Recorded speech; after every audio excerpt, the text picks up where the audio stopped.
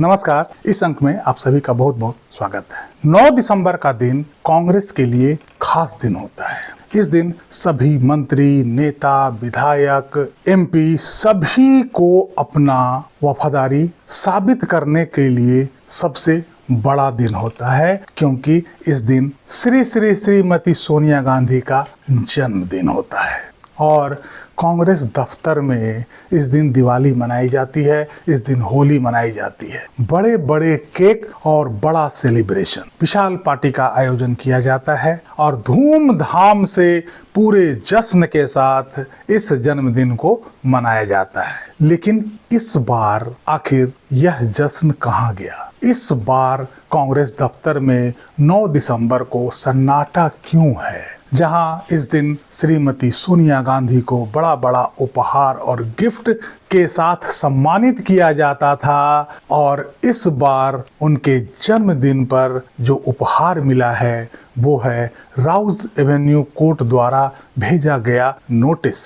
अर्थात इस दिन सोनिया गांधी के जन्म दिवस पर राउज एवेन्यू कोर्ट द्वारा नोटिस उनके जन्मदिन के उपहार में भेजा गया है। कांग्रेस का दुर्दिन और दिनों दिन गहराता जा रहा है। दिल्ली के राउज एवेन्यू कोर्ट ने सोनिया गांधी को वोटर लिस्ट जालसाजी के मामले में नोटिस जारी किया है और उनके ऊपर बिना भारतीय नागरिकता प्राप्त किए अपना नाम वोटर लिस्ट में जुड़वाने और वोट देने का आरोप है। क्या बिना भारतीय नागरिकता प्राप्त किए कोई व्यक्ति भारत में वोट दे सकता है? वोटर लिस्ट में अपना नाम जुड़वा सकता है? क्या हमारे देश में वोट चोरी की शुरुआत उसी समय हुई? कांग्रेस के ऊपर दिनों दिन संकट गहराता जा रहा है। एक तरफ सोनिया गांधी के ऊपर बिना नागरिकता हासिल किए दिल्ली के वोटर लिस्ट में नाम शामिल कराने का,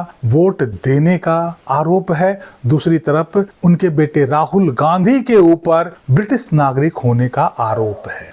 राहुल गांधी जो आज के समय में हमारे देश के लीडर ऑफ ऑपोजिशन हैं, एलओपी हैं, और ऐसा दावा किया जा रहा है कि वो भारत के नागरिक नहीं है। यह कितना बड़ा अपराध है? इस संबंध में दिल्ली हाई कोर्ट में एक मुकदमा इलाहाबाद हाई कोर्ट में, और इलाहाबाद हाई कोर्ट के निर्देशानुसार एक मुकदमा रायबरेली के एमपी एमएलए कोर्ट में दायर किया गया है। और विघ्नेश शिशिर जो इस मामले का याचिका करता है, उनका दावा है कि वो भारत के नागरिक नहीं बल्कि ब्रिटिश नागरिक है।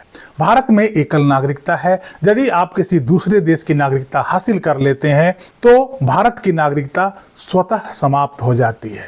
2008 का कुछ दस्तावेज अधिवक्ता विघ्नेश शिशिर ने कोर्ट में दायर किया है, जिसके आधार पर वो दावा कर रहे हैं कि राहुल गांधी भारत के नागरिक नहीं है। दूसरी तरफ दिल्ली हाई कोर्ट में भी एक मुकदमा इसी संबंध में दायर किया गया है। इतना सब कुछ होने के बावजूद भी कांग्रेस का कोई भी लीडर इस संबंध में एक शब्द भी नहीं बोल रहा है। राहुल गांधी भी इस मामले में चुप्पी साधे हुए हैं। यदि वो दस्तावेज फेक है, यदि वो दस्तावेज जाली है, तो राहुल गांधी इस पर अपनी तरफ से आवाज क्यों नहीं उठाते हैं और उस व्यक्ति के खिलाफ जिसने यह दस्तावेज कोर्ट में लगाया है उसके खिलाफ एक्शन क्यों नहीं लेते हैं? उसके खिलाफ कानूनी कार्रवाई क्यों नहीं करते हैं? खुलकर क्यों नहीं कहते हैं कि जो दस्तावेज राहुल गांधी के खिलाफ ब्रिटिश नागरिकता को लेकर कोर्ट में लगाया जा रहा है वो फेक है, वो जाली है और नकली है, फोर्ज है और फैब्रिकेटेड है। कांग्रेस के सभी नेता और राहुल गांधी की चुप्पी इस बात को स्वतः साबित कर रहा है कि दाल में काला जरूर है। अब पता नहीं दाल में कुछ काला है या पूरी दाल ही काली है। यदि राहुल गांधी ब्रिटिश नागरिक साबित हो गए तो सोचिए कि यह कितना बड़ा अपराध साबित होगा। एक व्यक्ति जो हमारे पार्लियामेंट का मेंबर है, आज के समय में वो लीडर ऑफ ऑपोजिशन है और वो भारत का नागरिक ही नहीं है। विघ्नेश शिशिर ने ब्रिटेन की एक कंपनी का दस्तावेज दाखिल किया है जिसमें राहुल गांधी का सिग्नेचर है और राहुल गांधी उस कंपनी का डायरेक्टर हैं और वो लिखते हैं कि वो ब्रिटिश नागरिक हैं। यह दस्तावेज कोई मामूली दस्तावेज नहीं है। इस दस्तावेज को इतना आसानी से खंडित नहीं किया जा सकता है क्योंकि ब्रिटेन के ऑफिस का एक ऑफिशियल डॉक्यूमेंट है। बहरहाल इस मामले में क्या होता है वो तो भविष्य बताएगा और यदि यह सही साबित होता है तो राहुल गांधी का क्या हाल होगा इसका अंदाजा अभी नहीं लगाया जा सकता है। बहरहाल हम सोनिया गांधी की चर्चा कर रहे थे।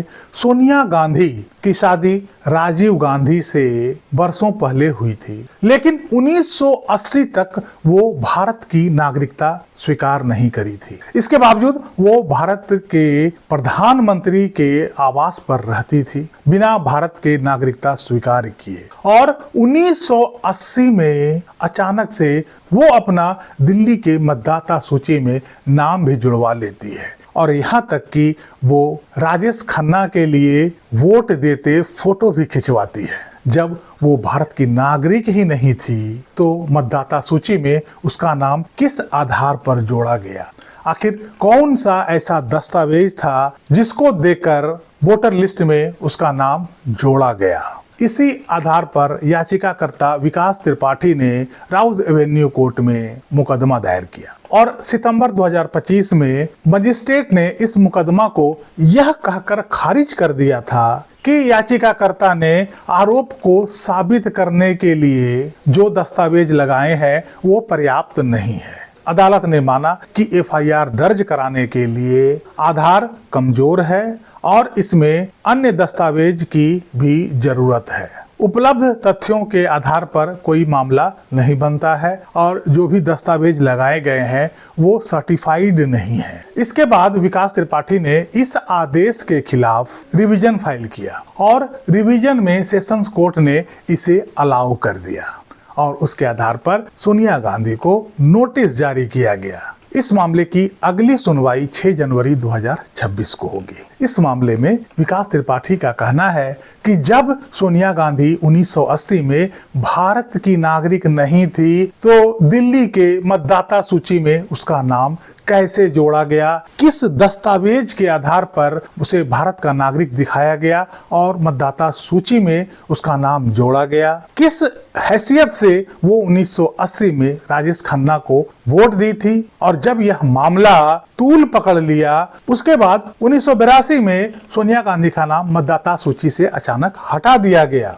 1983 में सोनिया गांधी भारत की नागरिकता हासिल करती है और उसके बाद पुनः मतदाता सूची में उसका नाम जोड़ा जाता है। मतदाता सूची में बिना भारतीय नागरिकता प्राप्त किए नाम को जोड़ा जाना, फिर उसे हटाया जाना और दोबारा नागरिकता प्राप्त करने के बाद पुनः मतदाता सूची में उसका नाम जोड़ा जाना, यह घोर अनियमितता है। आखिर यह सब किसके कहने पर और किस आधार पर किया गया था? इसका जवाब तो अब सोनिया गांधी ही दे पाएगी कि आखिर किस प्रकार से उन्होंने अपना नाम मतदाता सूची में जुड़वाया, फिर किस आधार पर उनका नाम 1982 में मतदाता सूची से हटाया गया और पुनः किस आधार पर उनका नाम इसमें जोड़ा गया। आगे आने वाला समय कांग्रेस के लिए भयानक होता दिख रहा है। एक तरफ मां के ऊपर ऐसा आरोप है, दूसरी तरफ बेटा के ऊपर ब्रिटिश नागरिक होने का गहरा आरोप है